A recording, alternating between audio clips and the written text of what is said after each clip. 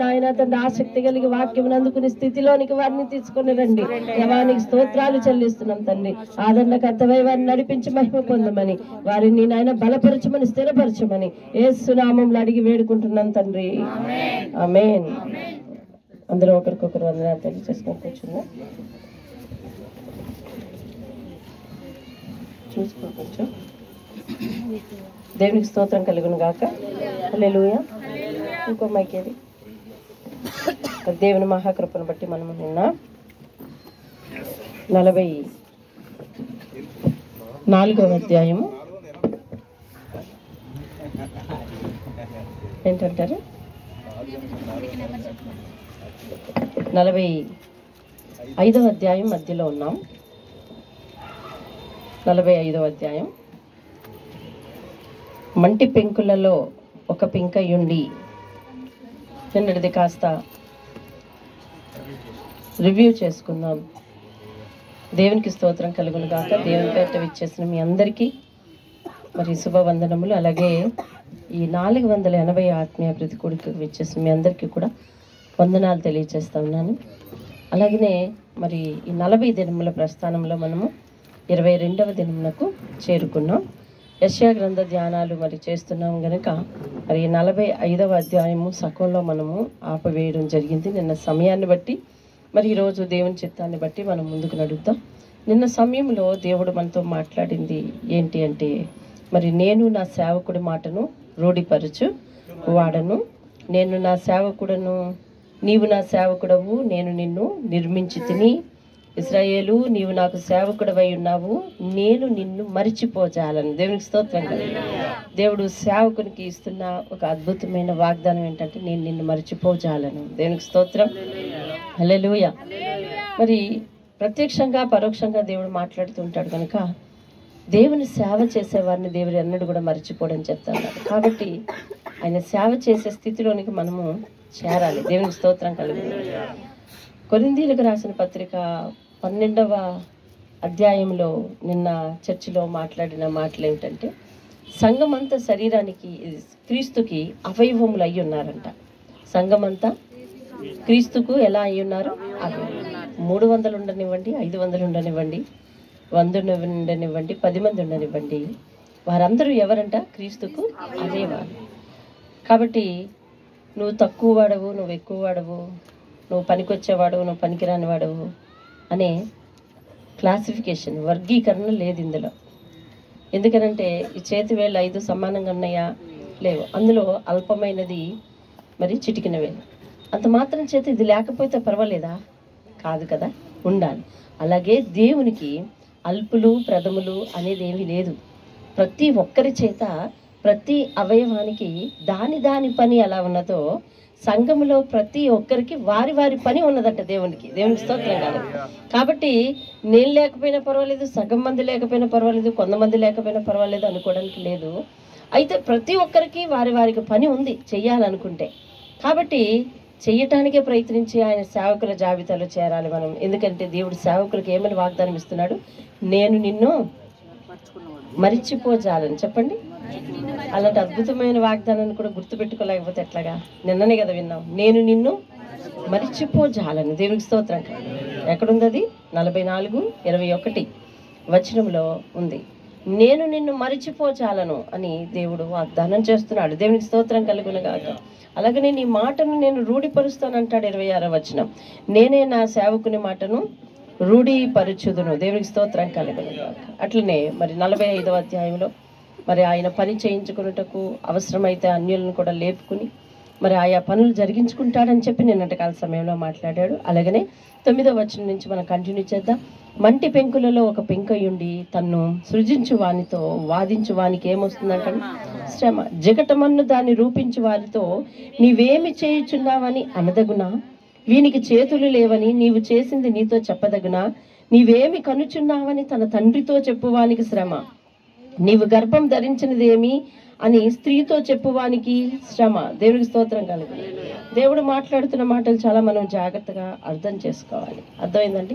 ప్రశ్నించడం చాలా సులువు, కానీ దానికి జవాబు చెప్పడం చాలా కష్టం. కాబట్టి దేవుణ్ణి మనం ఎదురాడి ప్రశ్నించడంలో గొప్పతనం ఉందని మనం అనుకుంటున్నాం, కానీ దేవుడు అంటా ఉన్నాడు, నేను సృష్టికర్తను, నేను దేనిని ఏ విధంగా ఎవరిని ఏ విధంగా చేయాలో నాకు తెలుసు. కాబట్టి మన పరిస్థితులను బట్టి మనము దేవుడు నన్ను ఎందుకు ఇలాగా సృజించాడు, నన్ను ఎందుకు ఇట్లా చేశాడు అని మనం ఎవరము తిరిగి ఆయనతో ప్రశ్నించడానికి వీల్లేదు. కాబట్టి అది ఉదాహరణగా చెప్తున్నాడు. ఏమనంటే మరి కుమ్మరి దగ్గర మంటి పెంకు అంట. మంటి పెంకు ఎట్లా అయ్యింది అంటే మట్టి విషయంలో ఆ కుమ్మరి చాలా కష్టపడ్డాడు అనమాట కదా. మట్టి పెంకు ఎట్లాగవుతుందండి అంటే మట్టిని తీసుకొచ్చాడు, దాంట్లోని కలుపు తీసివేశాడు, తొక్కాడు, చాలా సార్లు తొక్కాడు. అందులో ప్రతిదీ కూడా ప్రతి రజను కూడా తీసివేశాడు. దాన్ని మెత్తటి ముద్దవలే చేశాడు. తర్వాత సారి మీద పెట్టాడు, కుండగా చేశాడు, మరి ఆరబెట్టాడు, కాల్చాడు. తర్వాత ఇది ఎందుకు పడిపోయింది, ఇరిగిపోయింది, మొక్క అయిపోయింది. అంటే సృష్టికర్త అయిన దేవుడు కుమ్మరి స్థానంలో ఉన్నాడు, అది పెంకయ్యింది అంటే తన కష్టం అంతా కూడా వ్యర్థమైపోయింది. ఇప్పుడు పెంకైనది అడుగుతుందంటే ఏమని, నన్ను ఎందుకు ఇట్లా చేసావు అని అడుగుతుంది. అంటే దేవుడు మన విషయంలో కష్టపడవలసిందంతా, పెట్టవలసిందంతా, చేయవలసిందంతా చేశాడు. దేవుడు మన విషయంలో 2 విషయాలు చేశాడని నిన్న జ్ఞాపకం చేస్తున్నాడు. ఎలాగ దేవుడు అనే విషయం వచ్చేసరికి మనం ఏం గుర్తుకు రావాలంట, సృష్టికర్త, రెండవది పాపముల నుండి విమోచించువాడు అని. ఈ 2 విషయాలు ప్రాథమికంగా దేవుడు ప్రతి జీవి విషయంలోనూ చేస్తాడు, ప్రతి వ్యక్తి విషయంలోనూ చేస్తాడు. ఇదంతయు గాక నాకేమిచ్చావు, నేనెందుకు ఇలా అయ్యాను అని అడగటంలో అర్థం లేదు. ప్రతి విషయంలోనూ దేవుని సంకల్పములు మన విషయంలో మేలైనవే అయి ఉంటాయి. వాటిని బట్టి దేవుని దగ్గర భయభక్తులు కలిగి ఆయన చెప్పిన మాట ప్రకారం నడుచుకున్నట్టు మాత్రమే మానవులు చేయవలసిన కనీస విధి. దేవుని స్తోత్రం కలుగును. కాబట్టి ఇప్పుడు మరి ఆ స్త్రీని అంటే ఎలాంటి వాడిని కన్నావు, ఎలాంటి వాళ్ళని కన్నావేంటి, ఇలాంటి వాళ్ళని పుట్టించావేంటి అని చెప్పి తల్లిదండ్రులను కూడా మనము రివర్స్ అయ్యి అడగటానికి వీల్లేదు అని దేవుడు ఇక్కడ చెప్తున్నాడు. చూడండి, నీవేమి కనుచున్నావని తన తండ్రితో అడుగువానికి, అలాగే నువ్వు గర్భం ధరించింది ఏంటి, ఎలాంటి వాడిని కన్నావమ్మా అని అన్నారు. కానీ అడుగువానికి ఏంటి వస్తుందంటండి, శ్రమ. ఎందుకనంటే కొన్నిసార్లు మనం స్వయంకృత అపరాధం వలన మన స్థితిగతులను పాడు చేసుకుంటున్నాం. దేవుడిచ్చిన తలాంతులను పాడు చేసుకుంటున్నాం. దేవుడు పాడైపోమని చెప్పలేదు, దేవుడు నశించిపోమని చెప్పలేదు, దేవుడు నాశనం కమ్మని చెప్పలేదు. దేవుడు మేలు చేయటానికే మనల్ని పిలిచాడు, దేవుడు మేలు చేయటానికి ఏర్పాటు చేసుకున్నాడు. అలా ఆయన దగ్గరికి వచ్చిన తర్వాత మన స్థితిగతులను మనమే పాడు చేసుకుంటున్నాం. ఆయన మాట వినక, ఆయన చెప్పింది చేయలేక, ఆయన మీద తిరగబడి నేనే తెలివైన వాడిని అని చెప్పుకుని ఆయన మీద మనం ఏం చేస్తున్నామంటే వ్యతిరేకంగా నడుస్తా ఉన్నాం. మనకు అనుకూలంగా నడుస్తున్నాం, మన మనసుకు అనుకూలంగా నడుస్తున్నాం, మనకి ఇష్టమైన దారిలో మనం నడుస్తున్నాం, పాడవుతున్నాము, పెంకైపోతున్నాము. వచ్చి కుమ్మరి దగ్గరికి నన్ను ఎందుకు ఇట్లా చేసావు, చూస్తా నన్ను ఎందుకు ఇలా పాడు చేసావని దేవుడిని అడగటంలో అర్థం లేదని దేవుడు సెలవిస్తున్నాడు. దేవునికి స్తోత్రం కలుగుతుంది.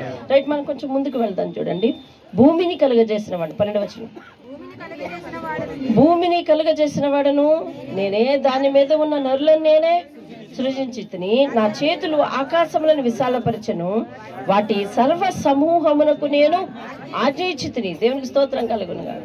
ఇలాంటి ఉన్నతుడైన సృష్టికర్తను చాలా సునాయాసంగా నా పరిస్థితి ఎందుకు ఇట్లా చేసావని మనము అడగకూడదు అని దేవుని వాక్యము సెలవిస్తుంది. అలా అడగడాన్ని ఏమంటారు, తిరగబడడం అంటారు. అలా అడగడాన్ని ఏమంటారు, తిరగబడడం అంటారు. ఉదాహరణకు ఆదాముని దేవుడు చేసి ఆ ఏదెను తోటలో పెట్టి చెప్పవలసిన ప్రతి జాగ్రత్త చెప్పి ఆయన అలా వెళ్ళాడంతే. ఈ లోపల ఆయన ఏం చేశాడు, చేయవలసిందల్లా చేశాడు. మళ్ళీ ఆయన ఇలా వచ్చేసరికి లేడు. రానాయన అంటే రాడు, ఎక్కడున్నావంటే రాలేనంటాడు. ఎందుకయ్యా అంటే చెట్టు చాటునున్నానంటాడు. నువ్వు చెట్టు చాటును ఉండవలసిన పరిస్థితి ఏం పట్టింది అని అంటే, ఇదిగో నేనేం చేయను, ఇదిగో నాకు ఇచ్చిన స్త్రీ ఇట్లా చేసింది అంటాడు. ఆమె ఏం చేసింది, నువ్వేం చేసావమ్మా అంటే, నాకేం తెలియదు, ఇదిగో ఈ సర్పం ఇట్లా చేసింది అంటుంది. మొత్తానికి మీరు ఎవరు యువతలకు రారా అంటే రాలేమంటున్నారు. ఏమైంది అని అంటే, అదిగో పరిస్థితి అట్లాగా అయ్యింది, చెయ్యకూడని పని చేశారు. ఇప్పుడు చెప్పండి, వాళ్ళ యువతలకు వచ్చి మమ్మల్ని ఎందుకు ఇట్లా చేసావు అని అడగడానికి హక్కు ఉందా వాళ్ళకు? లేదు. కారణం ఏంటంటే ఏదో కొసలో వాళ్ళు ఎటు నుంచి ఆలోచించుకున్నా, ఎవరి మీద పెట్టేసినా అంటే పురుషుడు స్త్రీ మీద పెట్టేసినా, స్త్రీ సర్పం మీద పెట్టేసినా, ఎటు తిరిగి చూసినా తప్పిదం జరిగిపోయింది. ఎవరి వలన? మాట వినలేనటువంటి మనుషుల వలన. నీ జీవితంలో జరుగుతున్న ఇప్పుడు పరిస్థితి, ఈ స్థితి దేవుని మాట వినలేక, దేవుని చెంత చేరలేక వచ్చిందేమో. దానిని బట్టి దేవా నన్ను క్షమించని కానీ, లేదా దేవా నా జీవితంలో నీ సెలవును దయచేసి నన్ను ఉద్ధరించు, నన్ను అభివృద్ధి పరచు, లేదా నన్ను బాగు చేయని దేవుణ్ణి వేడుకోవాలి తప్ప ప్రశ్నించే అధికారం మనకు లేదు. దేవునికి స్తోత్రం కలుగును. కాబట్టి నేను ఆకాశ విశాలాన్ని నేను నిర్మించాను అని చెప్పి ఆయన ఏమంటున్నాడో తెలిసిన 18వ వచనానికి రండి డైరెక్ట్గా. 18వ వచనం, ఆకాశములకు సృష్టికర్తయగు యెహోవాయే దేవుడు, ఆయన భూమిని కలుగజేసి దాన్ని సిద్ధపరిచి స్థిరపరిచేను. దేవుని స్తోత్రం కలుగు. ఇప్పుడు చదవండి ఇంకో మాట, నిరాకారముగా ఉండినట్లు దేనిని? భూమిని. నిరాకారంగా ఉండినట్లు కాదు సృజించింది. ఎలా సృజించాడండి? నివాస యోగ్యమైనట్లుగా సృజించాడు. అర్థమవుతుందండి? దేవుడు 10 సార్లు నేను భూమిని సృజించాను ఎందుకు అన్నిసార్లు చెప్తున్నాడు? ఈ అనంత విశ్వం ఎంత పెద్దది, దీనిని చేసిన వాడు ఆయన అంటే ఆయన ఎంత పెద్దవాడో నువ్వు ఊహించాలని. ఈ ఆకాశం ఎంత పెద్దది, దాన్ని చేసిన వాని యొక్క శక్తిని నువ్వు గుర్తించాలని. ఈ ప్రకృతి ఎంత అందంగా ఎట్లా తయారైంది, ఆయన నోటి మాట ఎంత శక్తివంతమైందో నువ్వు గుర్తించాలని. అర్థమవుతుందా? ఈ మహా జలరాశులన్నీ ఎక్కడి నుండి వచ్చాయి, వాటిని సృజించిన వాడు ఎంత గొప్పవాడో నీకు తెలియాలని దేవుడు అన్నిసార్లు నీకు చెప్తా ఉన్నాడు. ఇన్నిసార్లు చెప్పటంలో, నువ్వు ఇన్నిసార్లు చదవటంలో ఆయన మహోన్నత్వాన్ని అర్థం చేసుకోవాలి. ఆయన అంటున్నాడు, నేను భూమిని లేదా నేను సృష్టిని చేయాలని అనుకున్నాను, చేశాను. ఎలాగో తెలుసా? ఆకారం లేని అడ్డదిడ్డంగా చేయలేదు, నివాస యోగ్యమైనట్టు చేశాను. దేవుని స్తోత్రం. నివాస యోగ్యమైనట్టు చేశాను. అర్థం చేసుకో, దేవుడట నీ జీవితాన్ని నిరాకారంగా చేయడు. అర్థమవుతుందా? నువ్వు ఫలించి అభివృద్ధి చెందేటట్టు చేస్తాడు. కానీ నీ మూర్ఖత్వం చేత, నీ అవిధేయత చేత నువ్వు పగిలి పెంకై నువ్వెవడివి అని దేవుణ్ణి ప్రశ్నిస్తే గనక, మహోన్నతుడైన దేవుణ్ణి, అత్యధిక జ్ఞానం కలిగిన వాడు దేవుడు, సర్వజ్ఞాని, సర్వాంతర్యామి, సర్వజ్ఞాని అని ఆయనకి పేరు. ఆయన జ్ఞానములకు మితి లేదు. అటువంటి వాణిని మనము నా పరిస్థితి ఎందుకు ఎట్లాగా అయిపోయిందని నేను కానీ నువ్వు కానీ తిరగబడి అడుగుతుంటే దేవుడు అంటా ఉన్నాడు, నేను సృష్టిని ఎట్లా చేశానంటే నిరాకారంగా ఉన్నట్లు చేయలేదు, నివాస స్థలముగా ఉన్నట్లు చేశాను. దేవుని స్తోత్రం. ఆయన చేతిలోనికి భూమి వచ్చేసరికి నిరాకారంగానే ఉంది. తర్వాత ఏమైంది? ఒక చక్కని ఆకారం వచ్చింది. దేవుని స్తోత్రం కలుగు. అనగా నీవు దేవుని చేతిలో పడితే నీ పరిస్థితి ఎట్లాంటి నిరాకారంగా ఉన్నప్పటికీ కూడా దేవుడు ఆకారాన్ని ఇచ్చే దేవుడు. దేవుని స్తోత్రం కలుగును గాక. నిన్ను దీవిస్తే ఆ దీవెన నివాసానికి ఉపయోగపడినట్టుగా కాదు, నివాస యోగ్యమైనట్టు చేసేవాడు. దేవుని స్తోత్రం కలుగు. పనికి రాని దాన్ని పనికొచ్చేదానిలాగా చేసేవాడు, ఉపయోగం లేని దాన్ని ఉపయోగపడేటట్టు చేసేవాడు, ఆశీర్వాదాలు లేనివారు ఆశీర్వాదం కోసం ఎదురు చూసే వారిని ఆశీర్వదించేటట్టు చేసేవాడు, దీవెనల కోసం ఎదురు చూసే వారిని దీవించేటట్టు చేసేవాడు. ఏమీ లేక దేవుని దగ్గరికి వస్తావో ఆ విషయంలో నిన్ను ఫలింపజేసేవాడు ఆయన నిన్ను నివాస యోగ్యంగా ఫలింపజేస్తాడంట. దేవుని స్తోత్రం కలుగు. కాబట్టి అటువంటి మహోన్నత్వాన్ని నువ్వు అర్థం చేసుకోవాలి. దేవుడు ఫలింపజేస్తాడు. అయితే ఫలించుట లేదు నేను, అయితే దేవుని దగ్గర ఎలాగో నేను ఇంకా మెలగాలో నువ్వు ఆలోచించుకోవాలి. దేవుని స్తోత్రం కలుగు. రైట్, మనం ముందుకు వెళ్దాం. చూడండి, అదే 45వ అధ్యాయంలో 22వ వచనం. అందుకని దేవుడు ఏమని పిలుస్తున్నాడంటే చూడండి, పైనుంచి చదువుదాం. పూర్వకాలం మొదలుకొని ఆ కార్యం తెలియచేసిన వాడెవడు, చాలా కాలం క్రిందట దాన్ని ప్రకటించిన వాడెవడు? యెహోవానకు నేనే కదా, నేను తప్ప వేరొక దేవుడును లేడు. నేను నీతిపరునకు దేవుడును, రక్షించేవాడును నేనే, నేను తప్ప మరి ఏ దేవుడును లేడు. దేవుని స్తోత్రం కలుగు. అంటే ఇప్పుడు మనకి రక్షణ కావాలి అని అంటే ఆయన మార్గంలో మనం నీతిగా నడుచుకోవాలండి. అది రక్షణ కావాలి అంటే ఆయన మార్గంలో నీతిగా నడుచుకోవాలి. నీతిగా నడుచుకోలేనిటువంటి వారు పెంకైపోతారని దేవుని వాక్యం సెలవిస్తుంది. వెనక్కి వెళ్ళాలి, ముందుకెళ్ళాలి, దేవుని వాక్యాన్ని అర్థం చేసుకోవాలి. ఇప్పుడు ఆ పెంకు మళ్ళీ వచ్చి ఏమని వాదిస్తుందంటే, ఎవరితో వాదిస్తుందంటే మళ్ళీ సృష్టికర్తతో వాదిస్తున్నారు. ఏం కన్నావయ్యా నన్ను, ఏం చేసావయ్యా నన్ను, ఏం అభివృద్ధి చెందించావయ్యా నన్ను, ఏం బాగిచ్చావయ్యా నన్ను అంటా ఉందంట. కాబట్టి నీతిపరునకు దేవుని నేను, అర్థమవుతుందండి. చూడు, చాలామంది మాట్లాడేటప్పుడు అంటాడు, నువ్వేం మాట్లాడితే నేను అది విన్నాను. అర్థమైందా? నేను అసలు ప్రాణం పోయిన అబద్ధం ఆడను అంటే నువ్వు ఆడుతుంది అబద్ధం, జాగ్రత్త పడు నా దగ్గర మాట్లాడడానికి అని కదా అర్థం. దేవుని మాట ఏమంటుంది? నేను నీతి పరునగు దేవుణ్ణి. దేవుని స్తోత్రం. ఆ మాట ఎందుకు గుర్తు చేస్తున్నాడు? నీతి అనే విషయాన్ని మన భక్తిలో పెట్టుకోవాలి. అది మనకు రక్షణ కలిగిస్తుంది. ఆయన నీతిమంతుడు, పరిశుద్ధుడైన దేవుడు. పాపము మనల్ని పెంకుల్ని చేస్తే పరిశుద్ధుడైన కుమ్మరి మనల్ని కుండం చేస్తాడు. పాపం మనల్ని పెంకులుగా చేస్తుంది, పగిలిపోయేటట్టు చేస్తుంది మన స్థితి. కానీ పరిశుద్ధుడైన వాడు మనకి ఒక ఆకారాన్ని తీసుకొస్తాడు. దేవుని స్తోత్రం. నేను నిన్ను ఆశీర్వదిస్తాను నా చేతులను తీసుకుని. ఎలాగో తెలుసా? నిరాకారంగా ఉండేటట్టు కాదు, నివాస యోగ్యమైనట్టు చేస్తానంటున్నాడు. దేవునికి స్తోత్రం కాదు. హల్లెలూయా. మనం దేవుని చేతిలోనికి వస్తే మన బ్రతుకులకు ఆకారం లేకపోయినా దేవుడు ఆకారాన్ని ఇస్తాడు. దేవునికి స్తోత్రం కాదు. అలా మీలో ఆకారం పొందిన వారు చాలా మంది ఉన్నారు కదా. అవును, మన జీవితాలకు ఒక ఆకారం వచ్చింది, మన జీవితాలకు ఒక ఆదరణ వచ్చింది, మన జీవితాలకు ఒక అదును ఏంటది ఆసరా వచ్చింది. ఎక్కడ మనము తలదాచుకోవాలో, ఎక్కడ మనము ఆశ్రయించాలో మనకు ఒక దిక్కు దొరికింది. ఆయన చేతిలో మన జీవితాలకు ఒక రూపకల్పన జరిగింది, అనగా ఒక సృష్టి జరిగింది. అనగా మనము దేవుని చేతిలోనికి వచ్చి మరింత నూతన సృష్టిగా సృష్టింపబడ్డాం. దేవుని స్తోత్రం కలుగునుగా. హల్లెలూయా. మనం ఆయన చేతిలో ఏం చేయబడ్డామండి? నూతన సృష్టి కావించబడ్డాం. దేవునికి స్తోత్రం కలుగు.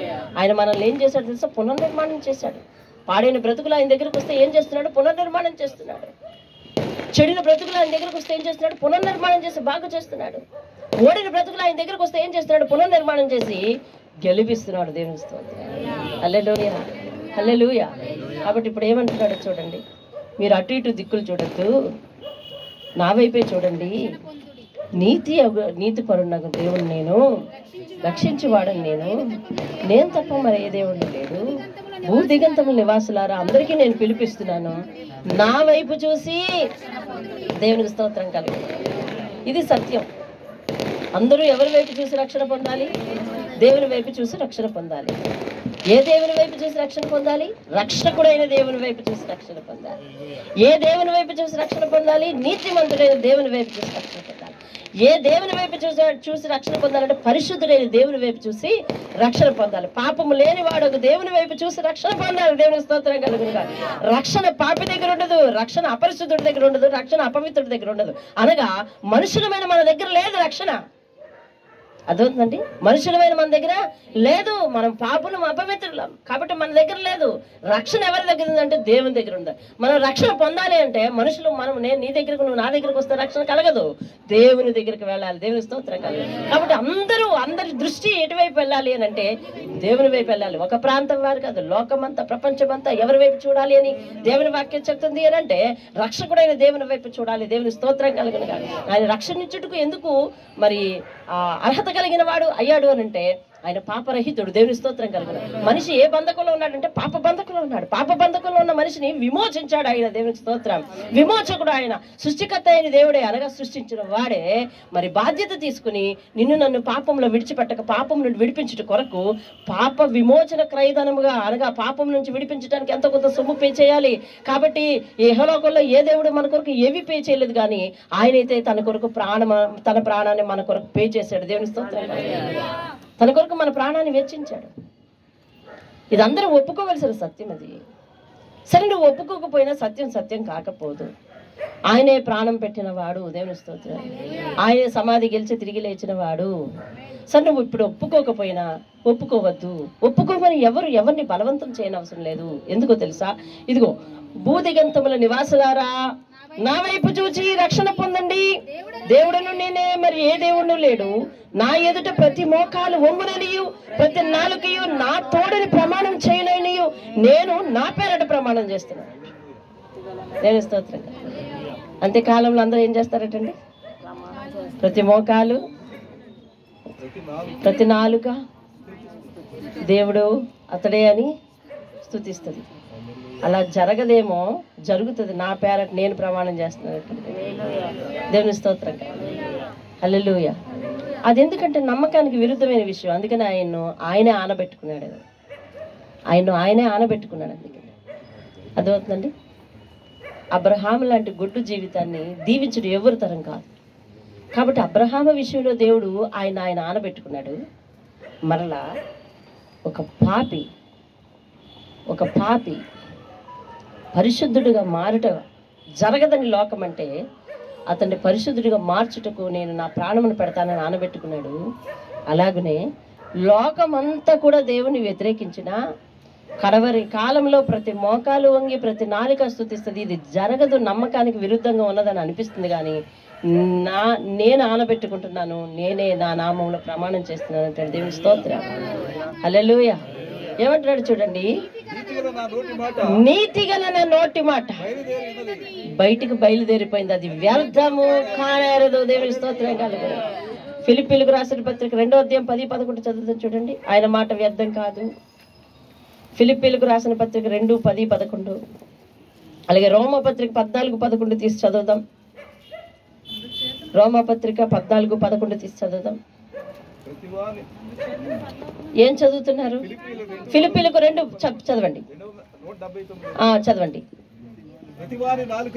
ప్రతి వాని నాలుకయు తండ్రి అయిన దేవుని మహిమార్థమై యేసుక్రీస్తు ప్రభువని ఒప్పుకొనున్నట్లును దేవుడు ఆయనను అధికముగా హెచ్చించి ప్రతి నామమునకు పైనామమును ఆయనకు అనుగ్రహించిన. దేవుని స్తోత్రం కలుగు. ఈ భూమి మీద అనేక మందికి అనేక పేర్లున్నాయి. నీకు నాకు బోల్ పేర్లున్నాయి. ఈ లోకంలో దైవము అనబడే వారికి చాలా పేర్లున్నాయి.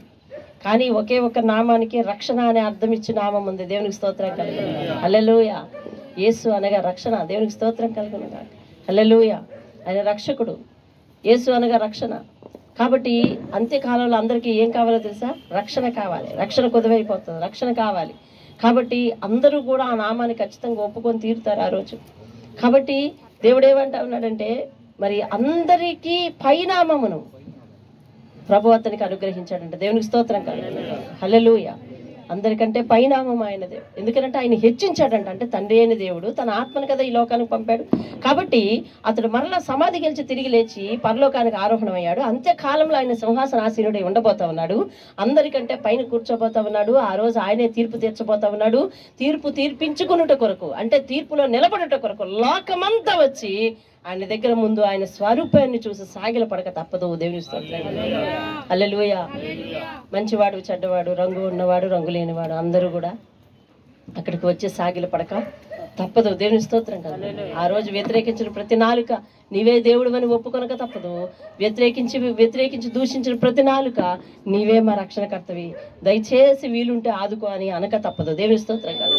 నేను నా పేరట ప్రమాణం చేయుచున్నాను, నీతిగల నా నోటి మాట బయలుదేరింది. రోమపత్రిక 14-11 కూడా చదువుతారు.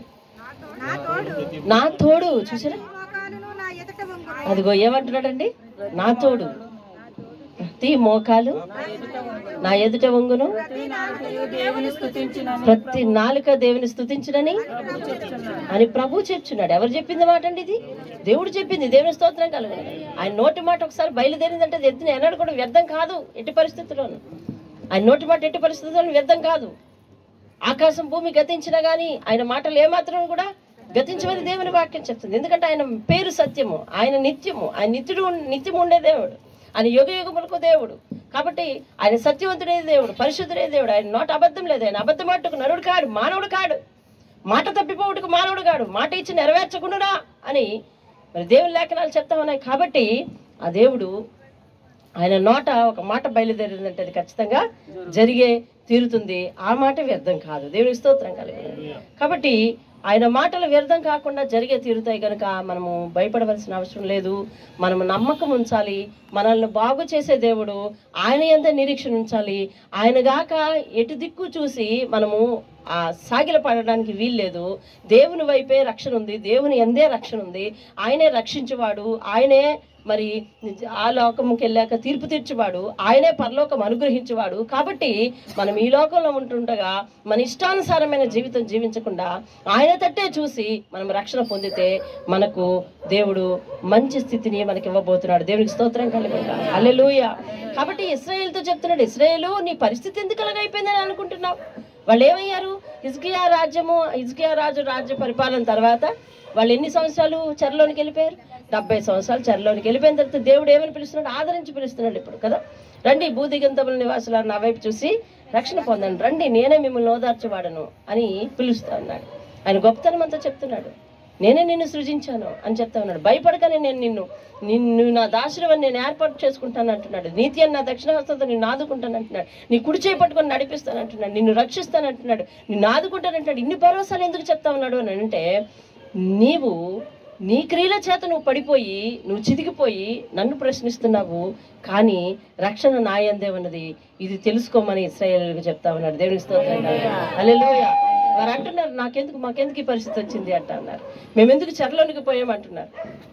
ఎవరు దేవుణ్ణి విడిచి తిరగమన్నారు? వాళ్ళని దేవుణ్ణి విడిచి తిరిగినందుకు గాను వారు చెరలోనికి వెళ్ళిపోయారు.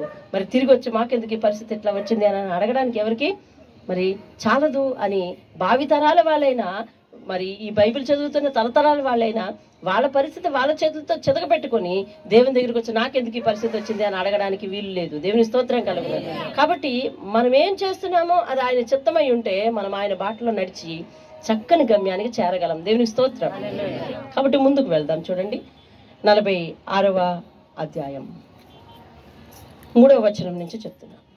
యాకోబు ఇంటి వారులారా, ఇప్పుడు దేవుడు ఆ చెరలో నుంచి ఎవరిని విడిపించాడు? ఇశ్రాయేలు జనాన్ని పిలిచాడు. కాబట్టి వాళ్ళకి నమ్మకం కుదిరేటట్లు, వాళ్ళని ఓదార్చేటట్లు, వాళ్ళకి రక్షణ అందుబాటులోనికి తేవాలని ఆయన ప్రతి అధ్యాయంలో తపన పడుతున్నాడు. చూడండి ఏమని పిలుస్తున్నాడు? యాకోబు ఇంటి వారులారా, ఇశ్రాయేలు ఇంటి వారిలో శేషించిన వారులారా, అంటే మిగిలిన వారులారా, గర్భమున పుట్టినది మొదలుకుని నా చేత భరింపబడిన వారులారా, తల్లి ఒడిలో కూర్చుండినది మొదలుకొని నేను చంక పెట్టుకుని వారులారా, నా మాట ఆలకించుడి. ముదిమి వచ్చే వరకు నిన్ను ఎత్తుకుని వాడను నేనే. వెంట్రుకలు నెరయ్యే వరకు, తల వెంట్రుకలు నెరయ్యే వరకు నిన్ను ఎత్తుకుని వాడను నేనే చేసి ఉన్నాను. చంక పెట్టుకుని వాడను నేనే, నిన్ను ఎత్తుకుని రక్షించు వాడను నేనే. మేము సమానులమని నన్ను ఎవరికి సాటి చేయదురు. దేవుని స్తోత్రం. అయ్యో, ఎవరిని సాటి చేయడానికి ఎవరిని ఆశ్రయించారయ్యా? గర్భమున పుట్టినది మొదలుకొని నేను మిమ్మల్ని ఎత్తుకొని వస్తా ఉన్నాను అని దేవుడు ఎంత గొప్ప మాటలు చెప్పి వాళ్ళని పిలుస్తున్నాడో చూడండి. ఈరోజు ఆ పిలుపు వారికి కాదు, నీకు నాకు దేవుడు చెప్తా ఉన్నాడు. గర్భమున పుట్టినది మొదలుకొని నేను నిన్ను చంక పెట్టుకొని వస్తా ఉన్నాను. దేవునికి స్తోత్రం. ఈ వాగ్దానం ఇచ్చిన దేవుడు ఎవ్వరూ లేరు ఈ లోకంలో. ఈ వాగ్దానాన్ని మనం ఎక్కడా చదవలేము. నేను నిన్ను భరిస్తున్నాను, నేను నిన్ను చంక పెట్టుకొని వస్తున్నాను. ఎప్పటి వరకు? ముదిమి వచ్చే వరకు, నీకు ముసలితనం వచ్చినా నేను నిన్ను ఎత్తుకునే మోస్తాను, అంతటి ఆదరణ చూపిస్తానని అర్థం. దేవుని స్తోత్రం కలుగుతుంది. ఆయన అంటూ ఉన్నాడు, నేను నిన్ను మరిచిపోజాలను, నేను నిన్ను విడవను ఎడబాయను అని చెప్తున్నాడు కదా. ఆయన వాగ్దానాల సమాహారం అండి. అక్కడొక పూస అక్కడొక పూస. నిన్ననే కదా మాట్లాడాడు, నిన్న మొన్న. ఆ పూసలన్నీ కూర్చుకుంటే ఒక చక్కని దండ అవుతుంది. ఆయన ఆదరణ కలిగించిన మాటలు 40వ అధ్యాయం నుంచి చదవండి. ఏ విధంగా ఆదరణ కలిగిస్తా ఉన్నాడు. నేనే దేవుడును, నేనే నిన్ను రక్షించేవాడును, భయపడకు, దిగులు పడకు, నీతి అను నా దక్షిణ హస్తంతో నేను నిన్ను ఆదుకుంటాను. నీతో కలహించే వారిని నువ్వు వెతుకుదువు కానీ నువ్వు కనుగొనలేవు. నీ మీద తిరుగుబడిన వారందరూ కూడా సిగ్గుపడతారు. భయపడకమని నేను నీతో చెప్పచ్చు, నీ కుడి చేయిని పట్టుకుంటున్నాను అని చెబుతూ ఇప్పుడు అంటున్నాడు. గర్భమున పుట్టి 44 మొదట్లో చెప్తాను, నేను నిన్ను నిర్మించి గర్భములో నీకు రూపు ఏర్పరిచి నీకు సహాయం చేయవాడు నాకు యెహోవానగు నేను మాట్లాడుతున్నాను, విను. నేను ఎవరని నీవు అనుకుంటున్నావు? దేవుడు మనిషి విషయంలో ఎవరు? అసలు మనిషి దేవుణ్ణి ఎందుకు ఆరాధించాలి? మనిషి దేవునికి ఎందుకు సాగిలపడాలి? దేవుడు సృష్టికర్త అయి ఉన్నాడు. మన నిర్మాణం అంతా ఎక్కడ జరిగిందంట? ఆయన చేతుల్లో, గర్భంలో, ఆయన చేతుల క్రింద గర్భంలో జరిగింది. దేవుని స్తోత్రం కలుగు. నిర్మించిన వాడు అతడు, నిర్మాణకుడు అతడు. ఆయన అంటున్నాడు, ఆ రోజు నిర్మించడమే కాకుండా నిన్ను చంక పెట్టుకొని ఎత్తుకొని వస్తా ఉన్నాను అంటున్నాడు. దేవుని స్తోత్రం. మనకి ఏదైనా చిన్న కష్టం వస్తుందంటే మనం అంటున్నాము, దేవుడు నన్ను విడిచిపెట్టాడంట, దేవుడు నన్ను మర్చిపోయాడు అంటున్నాం. మర్చిపోవడం, విడిచిపెట్టడం, అవన్నీ మనం చూసొచ్చినట్లుగా ఆయనకు ఆపాదిస్తున్నాం. కానీ ఆయన చెప్పిన వాగ్దానం ఎట్లా ఉందో చూడండి. ముదిమి వచ్చే వరకు నేను ఎత్తుకునేవాడను నేనే. దేవునికి స్తోత్రం కలదు. ఒక మాట జ్ఞాపకం చేసుకోండి, పరిశుద్ధాత్ముడు చెప్తున్నాడు. ఆయన నిన్ను చంక పెట్టుకుని నీవు పాపం చేసినప్పుడు నిన్ను నేల మీద కుదేసేసి మరలా నేను తీసుకొని చంకనెత్తుకునేవాడు కాదు. అర్థమవుతుందండి? పరిశుద్ధాత్ముడు వచ్చి వెళ్ళిపోయేవాడు కాదు. అయితే ఆయన చేతుల దగ్గరే ఉండి, ఆయన చంకలోనే ఉండి పాపం చేస్తున్నామన్న విషయాన్ని మనం జ్ఞాపకం చేసుకుంటే గుండె పగిలిపోద్ది. అర్థమవుతుందండి? ఆయన చేతుల్లోనే ఉండి చెప్పండి, ఆయన చేతుల్లోనే ఉండి మనం పాపం చేస్తున్నామని తెలిస్తే మన గుండె పగిలిపోద్ది. అందుకని దావీదు ఎట్లా ప్రార్థన చేస్తాడు తెలుసా? కీర్తనలు 71 అధ్యాయం చూడండి, 18వ వచనం చదవండి. అయ్యా దేవా, వచ్చు తరమునకు నీ బాహుబలమును గూర్చియు పుట్టబో వారందరికీ నీ శౌర్యమును అనగా నీ శక్తియుక్తులను గూర్చి నేను తెలియజెప్పినట్లు తల నెరిసి వృద్ధుడై ఉండే వరకు నన్ను విడవద్దు అంటా ఉన్నాడు. దేవునికి స్తోత్రం కలిగి. నేను వృద్ధుడిని అయిపోయే వరకు నన్ను విడవద్దయ్యా, నేను ముసలివాడిని అయిపోయే వరకు నన్ను విడవద్దయ్యా అంటాను. ఆయన ఏమని వాగ్దానం చేస్తున్నాడు? నిన్ను ముసలితన ముదిమి వచ్చే వరకు నిన్ను ఎత్తుకొనివాడను నేనే, తల వెంట్రుకలు నెరయ్యే వరకు నిన్ను ఎత్తుకొనివాడను నేనే. ఎందుకంత భరోసా ఇస్తున్నాడు? నువ్వేమిచ్చావని ఆయన భరోసా ఇస్తున్నాడు. అసలు ఆయనకి ఏం ఉపయోగపడతావని భరోసా ఇస్తున్నాడు. అసలు ఆయన పని ఏం చేస్తామని భరోసా ఇస్తున్నాడు. ఆయనకి ఏమాత్రం ఆయన పక్షాన్ని నిలబడతామని భరోసా ఇస్తున్నాడు. ఎందుకు అనంటే నేనే కన్నానయ్యా చెప్తున్నాడు. ఏమంటున్నాడు? నేనే చేసిన ఉన్నాను, చంక పెట్టుకునేవాడు నేనే ఎత్తుకొనొచ్చు రక్షించువాడు. కీర్తన 48:14 చదువు, అలాగే 37:25 చదువు. 48:14 నీ దేవుడు సదాకాలము మనకు దేవుడై ఉన్నాడు, మరణము వరకు ఆయన ఏం చేస్తుంటాడంటే, దేవునికి స్తోత్రం, హల్లెలూయా, మరణము వరకు ఆయన నడిపిస్తూనే ఉంటాడు, అప్పటి వరకు విడిచిపెట్టాడు. సదాకాలము యుగ యుగములు దేవుడిని అయి ఉన్నానంట. అంటే ఆయన మాట చొప్పున నడుస్తూ ఉంటే, ఆయన ఎక్కడుంటే నేను అక్కడ ఉంచుతాడంతే, నువ్వెక్కడుంటే ఆయన అక్కడ ఉంటాడంతే. ఈ ఈక్వేషన్ తెలియక, ఈ సూత్రం తెలియక మనం చాలా భయపడుతున్నాం అంతే. మనం వేరు దారులు ఎత్తుక్కుంటున్నాం. ఆ యాకోబు ఆయన వంశస్థులు దేవుని దర్శనాన్ని పొంది, దేవుని వాగ్దానం పొంది, అబ్రహాముతో, నీ తండ్రి అయిన అబ్రహాంతో నేను మాట ఇచ్చాను, అది నెరవేరుస్తానని కుమారుడితో చెప్తాడు, మనవడితో చెప్తాడు. అలాగే నీ తండ్రి అయిన ఇస్సాకుకు మాట ఇచ్చాను, నెరవేరుస్తానని కొడుకుతో చెప్తున్నాడు. అయినా వీరికి ఈ వాగ్దానాలన్నీ సరిపోలేదు. యాకోబు దేవునితో ఏకంగా ఒక రాత్రంతా పెనుగులాడాడు. దేవుడు అతన్ని దీవించాడు. నీ సంతానాన్ని అంతటినీ కూడా నేను దీవిస్తానని అన్నాడు. ఆకాశ నక్షత్రముల కంటే ఎక్కువగా చేస్తానని అతనితో కూడా మాట ఇచ్చాడు. ఇన్ని వాగ్దానాలు సరిపోలేదు. మన తాత అయిన యాకోబుకి, లేదా మన తండ్రి అయిన యాకోబుకి ఇటువంటి వాగ్దానాలు ఉన్నాయ్యా. దేవుని పాదాలు పట్టుకొని పెనుగులాడి దీవెనలు సంపాదించుకున్నాడు. మన వంశానికి అంతటికి అవే సరిపోతాయి.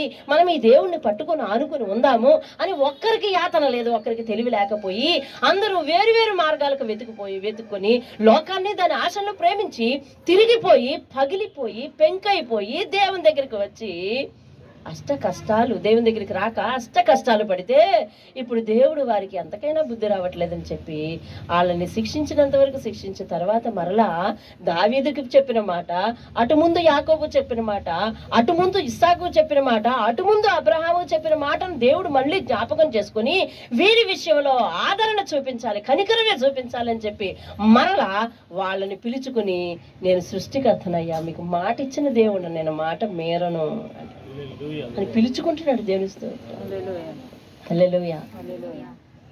నేనే మిమ్మల్ని చేశాను కాబట్టి నేనే మిమ్మల్ని చంక పెట్టుకొని వస్తాను, నేను మిమ్మల్ని విడిచిపెట్టను అంటున్నాడు. దేవునికి స్తోత్రం కదా. మరి ఈరోజు నువ్వు గ్రహించేది ఏమిటి? దేవుడు నేను చేశాడు. ఈరోజు నువ్వు గ్రహించాల్సింది ఏమిటి? ముదిమి వచ్చే వరకు, మరణం వరకు నీతోనే ఉంటాడు. దేవునికి స్తోత్రం, హల్లెలూయా. ఎక్కడి వరకు ఉంటాడమ్మా? ముదిమి వచ్చే వరకు, మరణం వరకు నీతోనే ఉంటాడు. ఎంతమంది జ్యోతులండి గాలిలో తేలిపోయి వెళ్ళిపోతుంటే దేవుడు మరలా ఆ జ్యోతిని వాళ్ళ దేహంలో పెట్టి బ్రతికించలేదు. దేవునికి స్తోత్రం. అందుకని ఎక్కడున్నాడు ఆయన? మరణంలో ఉన్నాడు. దేవునికి స్తోత్రం, హల్లెలూయా. ఎక్కడున్నాడు అతడంటే? మరణంలో ఉన్నాడు దేవుడు. అతడు ఎంతమంది సమయాలు పూర్తయిపోతే ఆయన మరలా వాటిని పొడిగించలేదు. ఎక్కడున్నాడు అతడు? ఆ కొనలో లేడా? ఆ చివరిలో లేడా? నీ చివరి ప్రయాణంలో లేడా? నీ చివరి శ్వాస దగ్గర లేడా? అతడు ఉన్నాడు. దేవుని స్తోత్రం. గుర్తించాలి. నీకు నచ్చినట్టుగా ఎంత కాలం అలా చేస్తామని చెప్పండి. అదిగో దేవుడు మాట ఇస్తున్నాడు, ప్రతి మోకాలు వంగాల్సిందే చివరికి. ఆ రోజు ఎవరో బ్రతిమలతో వంగేది కాదది. అమ్మో, చూసి వంగేది దేవుని స్తోత్రం. ఆయన కన్నులారు, ప్రతి కన్ను ప్రతి నేత్రం ఆయన చూస్తారంట. ఆయన పొడిచిన వారు కూడా చూస్తారంట. వాళ్ళు ఎక్కడున్నారు ఇప్పుడు? వాళ్ళు ఎక్కడున్నారు? సమాధుల్లో ఉన్నారు. ఆ రోజు ఏమవుతారు వాళ్ళందరూ? ప్రతి సమాధి తెరవబడుతుంది. దేవుని స్తోత్రం. హల్లెలూయ. భూమి మీద జనాభా ఎక్కువైపోయిందని మనం అనుకుంటున్నాం, కానీ దేవుని రాకడే గనక జరిగితే అర్థమవుతుందా, ప్రతి సమాధి ముందు తెరవబడుతుంది. దేవుని స్తోత్రం కలుగును. హల్లెలూయ. ప్రతి జనము ఆయన చూస్తారు, ప్రతి నేత్రము ఆయన చూస్తుంది. తిరస్కరించిన వారు, తిరగబడ్డవారు, మాట వినని వారు, మాట పడిచెవిని పెట్టిన వారు వెంటనే ఆ స్వరూపాన్ని చూసి నేల మీద మోకరించవలసినదే. దేవుని స్తోత్రం. ప్రతి నాలుక ఆయన దేవుడని ఒప్పుకోవలసిందే. ఎందుకనగా ఆ రోజు అతని ప్రత్యక్షత ఎవరికి మరుగు చేయబడదు. ఈరోజు ఆయన దర్శనం కావాలంటే నువ్వు వెంపర్లాడాలి ఆయన, కానీ ఆ రోజు ఆయన దర్శనం ప్రతి ఒక్కరికే కలుగుతుంది. దేవునికి స్తోత్రం. హల్లెలూయా. కాబట్టి ఆయన అంటున్నాడు, ఇంత భరోసా ఇచ్చే దేవుడిని నువ్వు ఎక్కడ కనుగొనగలవు? ఈరోజు నీ జీవితంలో దేవుడు గొప్ప వాగ్దానం చేస్తున్నాడు. నేను నిన్ను అక్కడి వరకు తోడుగా ఉంటాను, తీర్పులో నీతో ఉంటాను, తీర్పును నిన్ను తప్పిస్తాను, నా లోకంలో నిన్ను చేర్చుకుంటానని వాగ్దానం ఇచ్చిన దేవుని విడిచిపెట్టి లేదు నా ఇష్టమే ఇప్పుడు నేను జరిగించుకుంటాను అని అంటూ ఉంటే మనల్ని ఇంకెవరు కూడా రక్షించలేరు. అది దేవుని వాక్యం ఎట్లా చెప్తుంది చూడండి. 37:25 చదివారా మీరు? నేను చిన్నవాడినై ఉంటిని, ఇప్పుడు ముసలివాడినైపోయాను, ఆయనను నీతిమంతులు విడవబడుట గాని వారి బిడ్డలు వారి సంతానము భిక్షమెత్తుట గాని నేను చూడనే లేదు. ఎవరిని విడిచిపెట్టినంటున్నాడు దేవుడు? నీతిమంతుడిని విడిచిపెట్టాడు. అందుకని పైన ఏమంటున్నాను, నేను నీతిపరున్నాను దేవుడిని. నీ దగ్గర నీతి లేక కష్టాల పాలు అయిపోతున్నావు నువ్వు.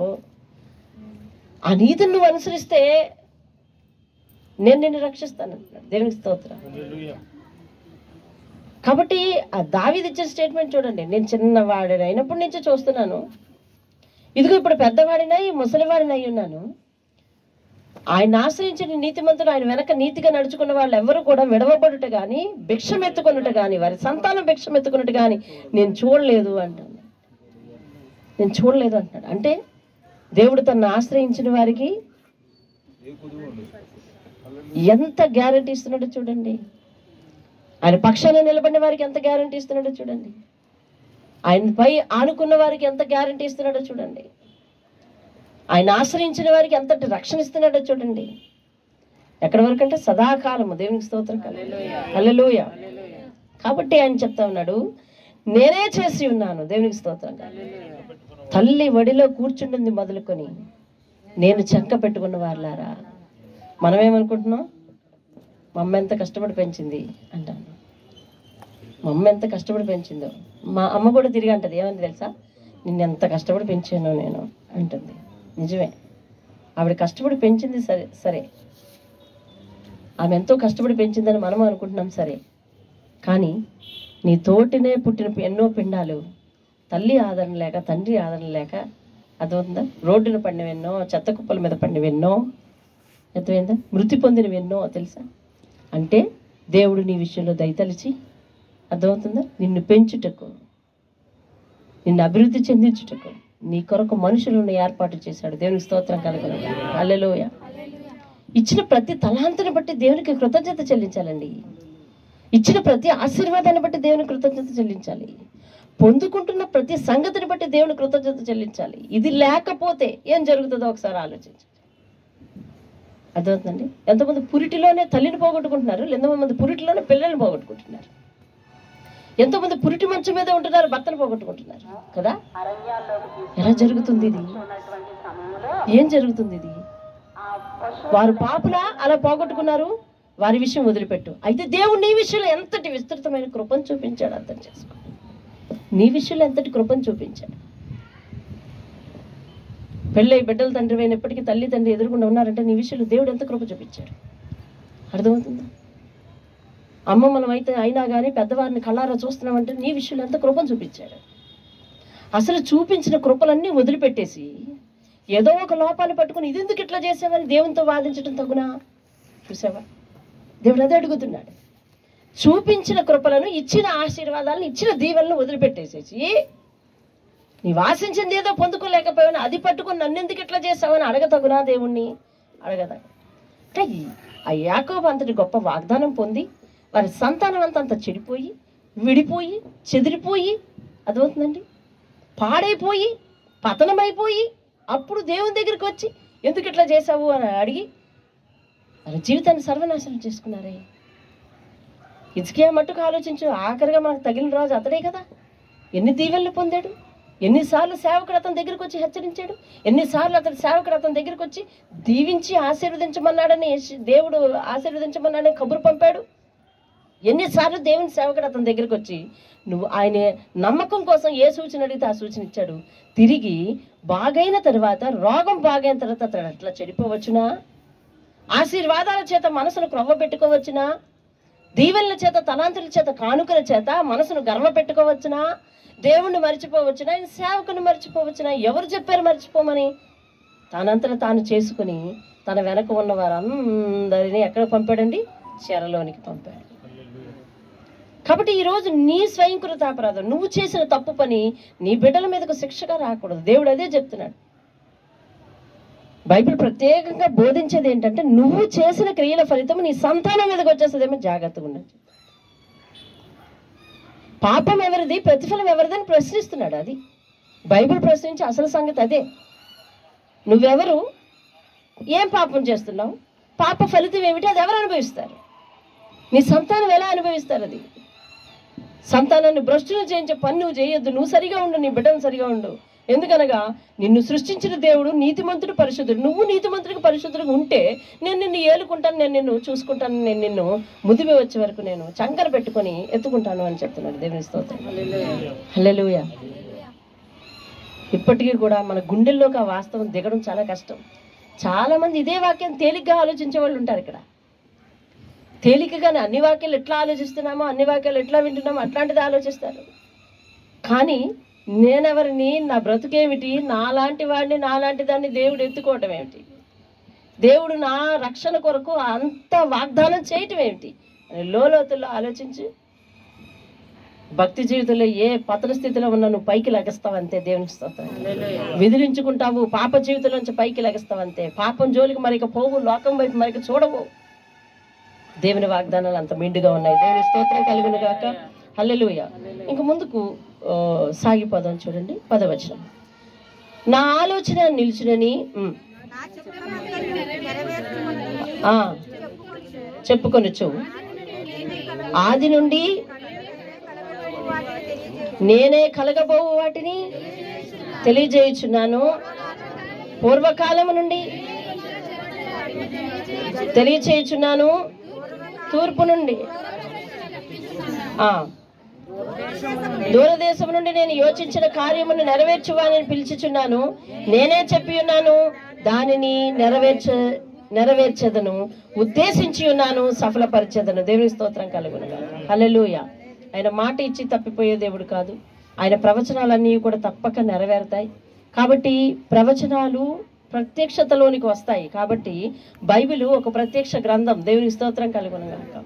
బైబిల్లో ఉన్న విషయాలన్నీ కూడా వాస్తవానికి తర్వాత వర్తమానానికి వచ్చే విషయాలు ఉన్నాయి. ఇందులో కొన్ని విషయాలు ఇప్పటికే వర్తమానానికి వచ్చాయి, ఇక మీదట రావాల్సినవి, జరగవలసినవి చాలా ఉన్నాయి. ఆనాడు ఈ రోజు మనం ఎంత భక్తిహీనతతో ఉండినప్పటికీ కూడా, ఎంత మనకి కాదని అనుకున్నప్పటికీ కూడా, ఎంత మనకు పట్టనట్టుగా మనం ఉన్నప్పటికీ కూడా, మన ఇష్టానుసారంగా మనం చేసుకున్నప్పటికీ కూడా, ఒకనాటికి అయ్యో దేవుని మాటను నేను ఆ రోజే పాటించుంటే బాగున్నే అని మనం అనుకొని, అయ్యో ఆ దేవుని సువార్తను అంగీకరించుంటే బాగున్నే అని లోకం అనుకొని, అందరము కూడా నిష్ప్రయోజనంగా మిగిలిపోయే కంటే దేవుని యొక్క వార్తను విని ఈ రోజే మనం రక్షణ పొందితే చాలా బాగుంటుంది. దేవుని స్తోత్రం కలుగును గాక. మనం అందరం రక్షణ పొందిన వారమని మనం అనుకోవద్దు. మనకు ఆంతరంగిక రక్షణ కావాలి. దేవుని స్తోత్రం కలుగును గాక. బాహ్య రక్షణ లేదా బాహ్య స్నానాలు ఎన్నో చేస్తాం, కానీ ఆంతరంగిక రక్షణ లేదు. దేవుడు మాట్లాడేది దానికోసమే. దేవుడు హృదయ శుద్ధి కోసం మాట్లాడుతున్నాడు. హృదయ శుద్ధి గలవారు మాత్రమే దేవుని చూస్తారని చెప్తా ఉన్నాడు. కానీ అంత్యకాలంలో లోకం అంతా చూస్తుంది. ఆ ప్రత్యక్షత కాదు, ఇప్పుడే దేవుడు నీకు ప్రత్యక్షత కావాలి. సృష్టికర్తగా ఆయన నీకు ప్రత్యక్షం అవ్వాలంటే అర్థం అవ్వాలి. మానసికంగా నువ్వు నువ్వు అర్థం చేసుకోవాలి. నీ మనసులో ఆయన యొక్క రూపాన్ని చూడగలగాలి. ఆయన ఎంత ఉన్నతుడో గుర్తు చేసుకోగలగాలి. ఆయన ఎంత మహోన్నతమైన వ్యక్తో అర్థం చేసుకోగలగాలి. అనగా ఆయన ఇచ్చిన ఊపిరిని దేహంలో ఉంటుండగానే నువ్వు ఈ లోకంలోని జీవిగా ఉంటున్నప్పుడే ఆయన సృష్టికర్తను అర్థం చేసుకుంటే నీకు మోక్ష మార్గం ఉంది, లేకపోతే మోక్ష మార్గం లేదు. దేవుని స్తోత్రం కలుగును. అంతేగాని దేవుని దగ్గరికి నేను ఎట్లా పడితే అట్లా వెళ్తాను, ఎలా అయితే అలా ఉంటాను, నాకు ఇష్టం వచ్చిన అలవాటు నాది, నా ప్రవర్తన నాది, నేను ఇలాగే వెళ్తానని ఇలాగే చర్చికి వస్తా ఉన్నావు అనుకో, దేవుడు నిన్ను క్షమించడు, నిన్ను మెచ్చడు. దేవుని వాగ్దానం ఏమిటి? ఆ వాగ్దానాన్ని సొంతం చేసుకోవాలంటే నువ్వు ఎలా ఉండాలి? ఒక పెద్ద వ్యక్తి, ఒక ఇంటి పెద్ద తన ఆస్తిని కుమారులు సొంతం చేసుకోవాలంటే అందులో రాస్తున్నాడు, ఎవరైతే నన్ను అన్ని విధాలా కూడా గౌరవిస్తారో ప్రేమిస్తారో అట్టివానికి ఈ ఆస్తి అని రాస్తా ఉన్నాడు. ఈ లోకంలో ఉన్న మనుషులకు అంత న్యాయంగా ఉండలేనిది దేవుడు అంటా ఉన్నాడు, నేను దేవుణ్ణి, నేను పరిశుద్ధుని, నేను నీతిమంతుడిని, నాలాగే ఎవరుంటారో వారికే ఈ ఆస్తి రాస్తానని దేవుడు అకాల్తా రాయడా? దేవుడు వీలునామా రాయడా? కాబట్టి అర్థం చేసుకోండి, దేవుని మాట మనము పాటించి తీరాలి. మనుషులమైన మనం పాటించి తీరాలి. అంతేగాని నీ ముందు ఎలా పడితే అలా ఉంటాను, నాకు నచ్చినప్పుడు వస్తాను, నచ్చినప్పుడు చేస్తాను. కాబట్టి నా నీతి గురించి నువ్వు ప్రశ్నించద్దు, నా పరిస్థితుల గురించి ప్రశ్నించద్దు.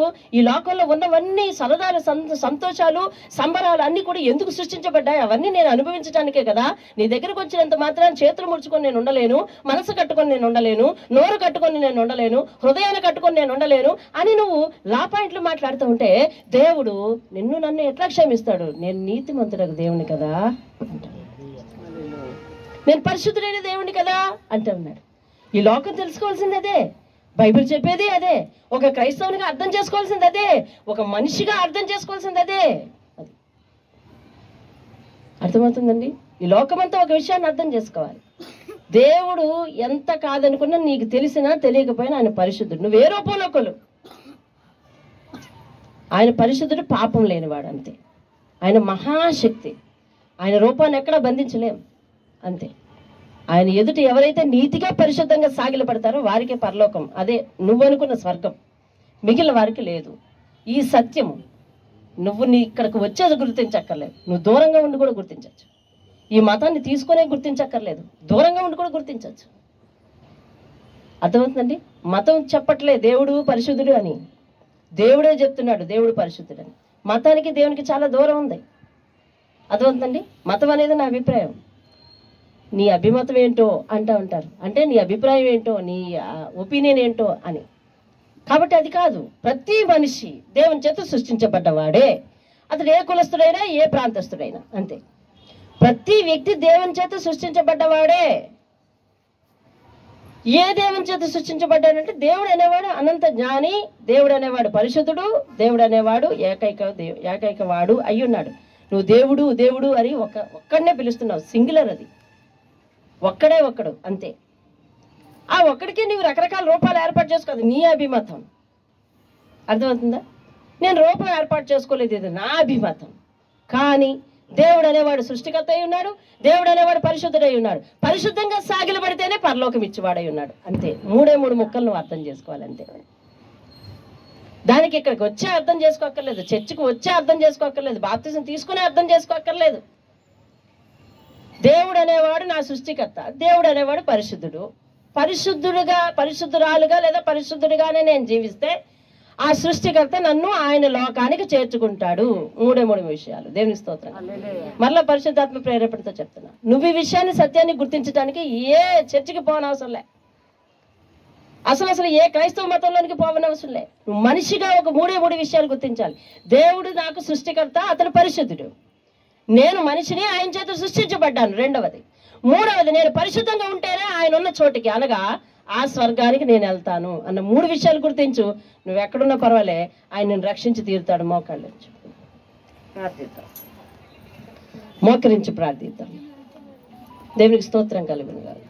46:4 వచనం. 46:4 వచనం. ముదిమి వచ్చే వరకు నిన్ను ఎత్తుకుని వాడను, నేనే తల వెంట్రుకల నెలగి వరకు నిన్ను ఎత్తుకుని వాడను, నేనే చేసి ఉన్నాను, చంక పెట్టుకుని వాడను నేనే. దేవునికి స్తోత్రం కలుగును గాక. హల్లెలూయా. అలాగే కొంచెం సమయం ఉంది. అలాగే దేవుడు చెప్పిన మాటల్ని కొంచెం మననం చేసుకుందాం. అలాగే 47వ అధ్యాయాన్ని కూడా ఒకసారి చూడండి. 47వ అధ్యాయము ఒకసారి చూడండి. 47 మొదటిది, కన్యక అయిన బబులోను.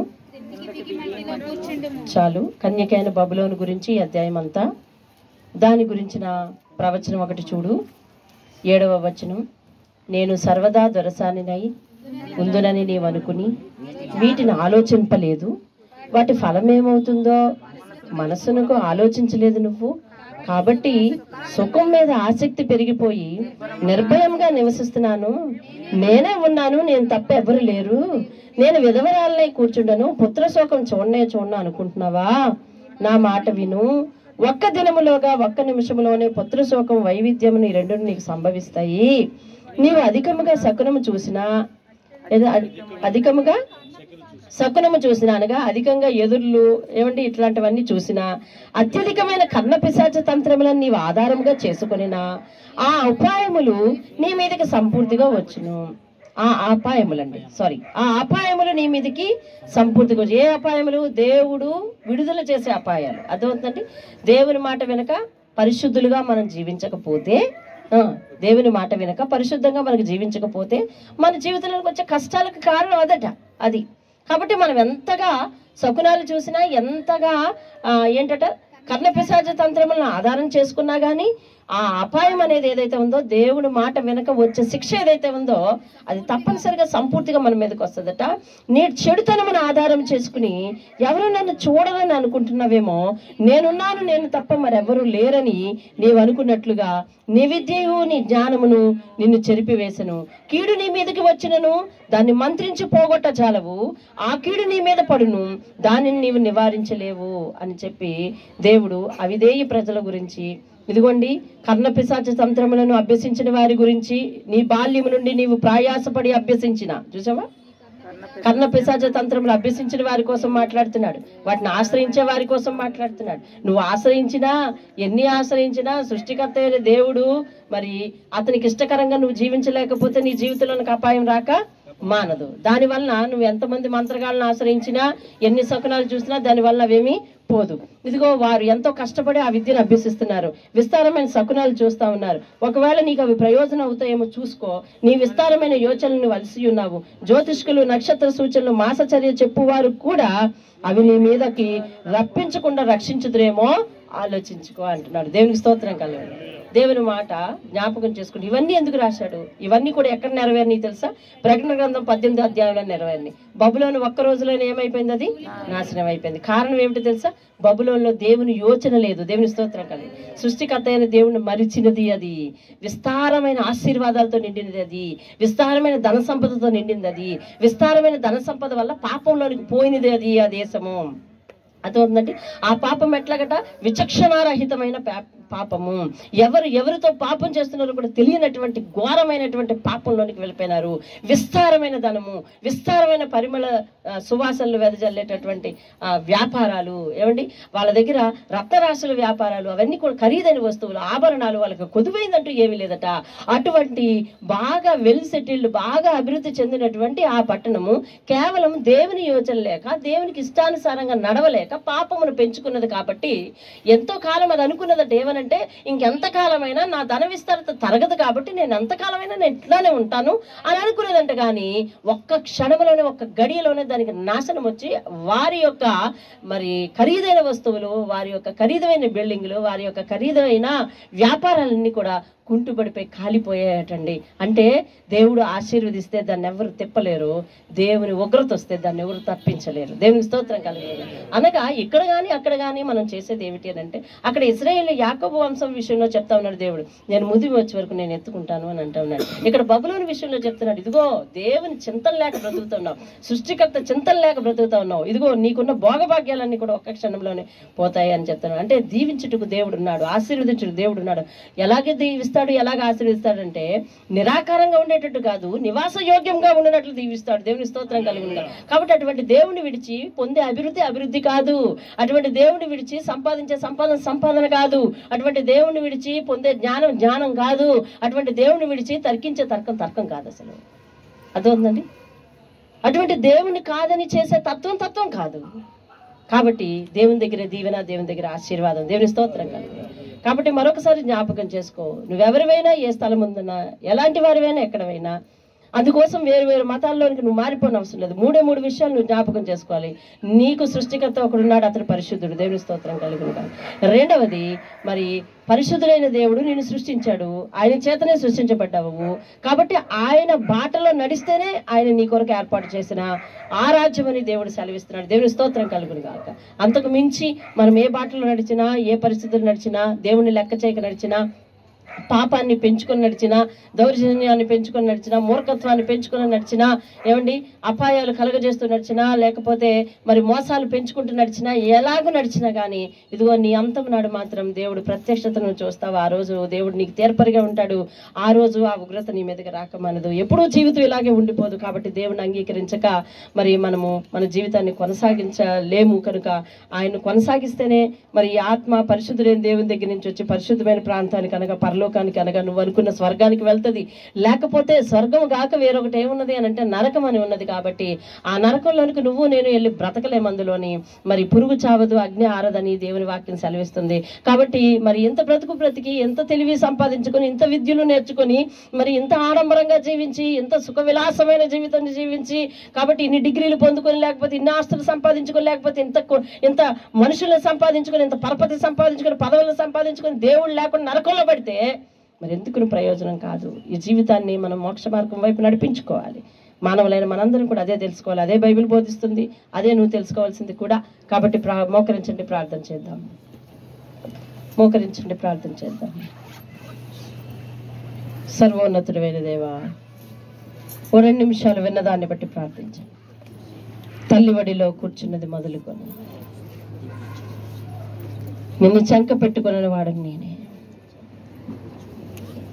ఎంత గొప్ప వాగ్దానం దేవుడు చేస్తున్నాడు.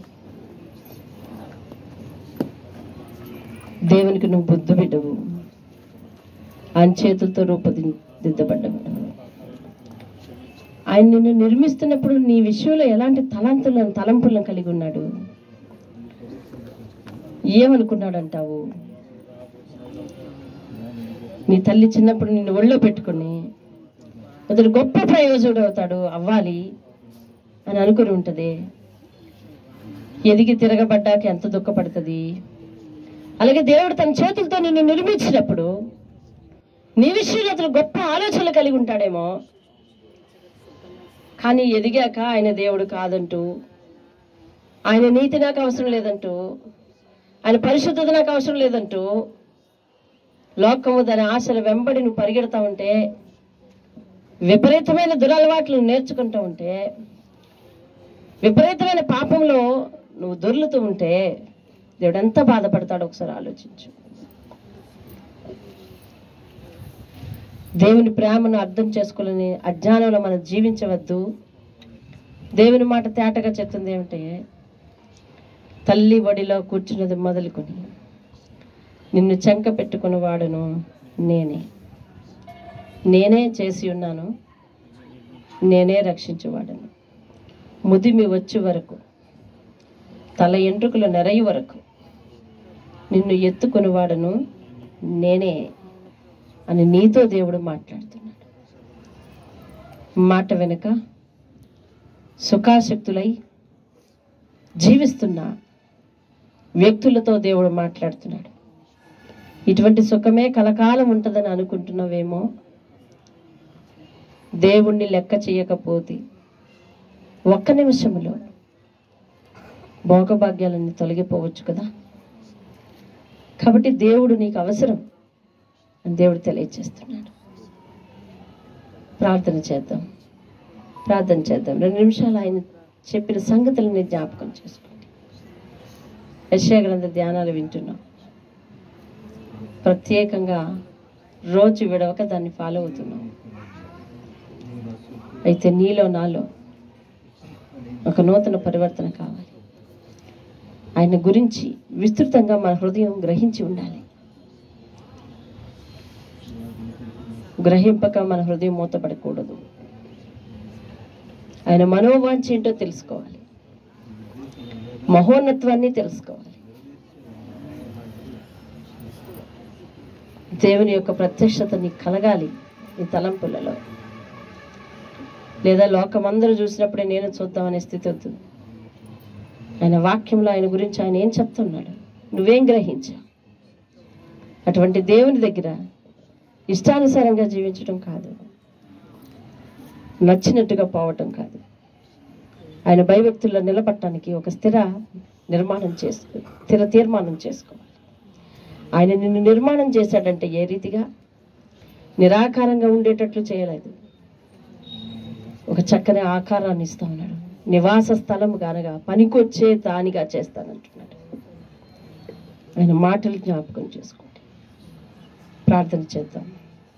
పరిశుద్ధుడైన మా పరమ తండ్రి, నీ పరిశుద్ధ పాదాలకు వందనాలు చెల్లిస్తున్నాను. ఈ కుటుంబాన్ని జ్ఞాపకం చేసుకోండి. ఇక్కడ చేరిన ప్రతి ఒక్కరిని జ్ఞాపకం చేసుకోండి. నీవు దేవుడవు అయా తండ్రి. కడవరి కాలంలో ప్రతి మోకాళ్ళు వంగుతుందని, ప్రతి నాలుక నీవు దేవుడు అని ఒప్పుకుంటుందని మీరు మాట ఇచ్చారు అయ్యా. నీవు దేవుడు అని మా మనసులో నీ మహోన్నత్వాన్ని బట్టి ఒక ప్రత్యక్షతలోనికి మేమందరము వెళ్ళాలయ్యా. అటు స్థితి ముఖ్యంగా మాకు దయచేయండి. ఈ కుటుంబం వారు అయ్యా తండ్రి నిన్ను ఎంతగానో మందస్సాన్ని ఆహ్వానించుకున్నారు అయ్యా, దాని కొరకు ఎదురు చూశారు దేవా తండ్రి. నాయన వారికి మాకును ముదిమి వచ్చే వరకు నిన్ను ఎత్తుకుంటానని ఒక వాగ్దానం చేస్తున్నాను. నీ దయ గొప్పది, జాలి గొప్పది అయ్యా తండ్రి. నాయన అటువంటి గొప్పదైన ప్రేమతో మమ్మల్ని ప్రేమించి మీ నామానికి మహిమ తెచ్చుకోండి అయ్యా. మేము నిమిత్త మాత్రులం, మానవ మాత్రులం, నీ చేత సృష్టింపబడిన వారమని, నీవు పరిశుద్ధుడవని, నీవు నీతిమంతుడవని ఎరిగి అలాగ నడుచుకున్నటకు సాధకం చేసుకుని నీ రాజ్యానికి నీ లోకానికి వారసులగునట్లు ప్రతి మానవుడు ఇక్కడే సిద్ధపడటానికి సహాయం చేయను అయినా. అందుకొరకే నీ తపన, అందుకొరకే నీ మాటలు వెదజల్లుతున్నావు, అందుకొరకే అనేక చోట్ల సువార్తను ప్రకటిస్తున్నావు దేవానికి స్తోత్రం. విన్న ప్రతి చెవి కూడా గ్రహించినట్లు సహాయం చేయండి అయా. నీకు స్తోత్రాలు చెల్లిస్తున్నాను.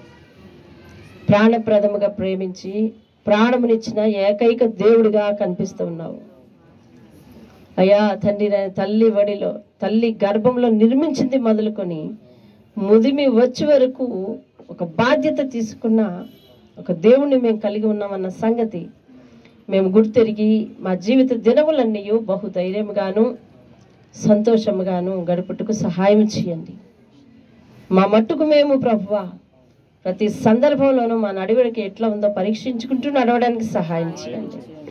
వేరొకరిని విమర్శిస్తూ కాదు, వేరొకరి తప్పులు ఎత్తుతూ కాదు, వేరొకరిని దూషిస్తూ కాదు, మా మనసును పారేసుకొని, నోరు పారేసుకొని నాయన, మా చేతులు పారేసుకొని ప్రభువా, మా పాదములు పారేసుకొని మేము నడవద్దు బాబు అయ్యా. మా ప్రవర్తన మేము జాగ్రత్త పరుచుకొని నీ యందు మమ్మల్ని మేము మానసికంగా సిద్ధం చేసుకోవడానికి సహాయం చేయండి అయ్యా.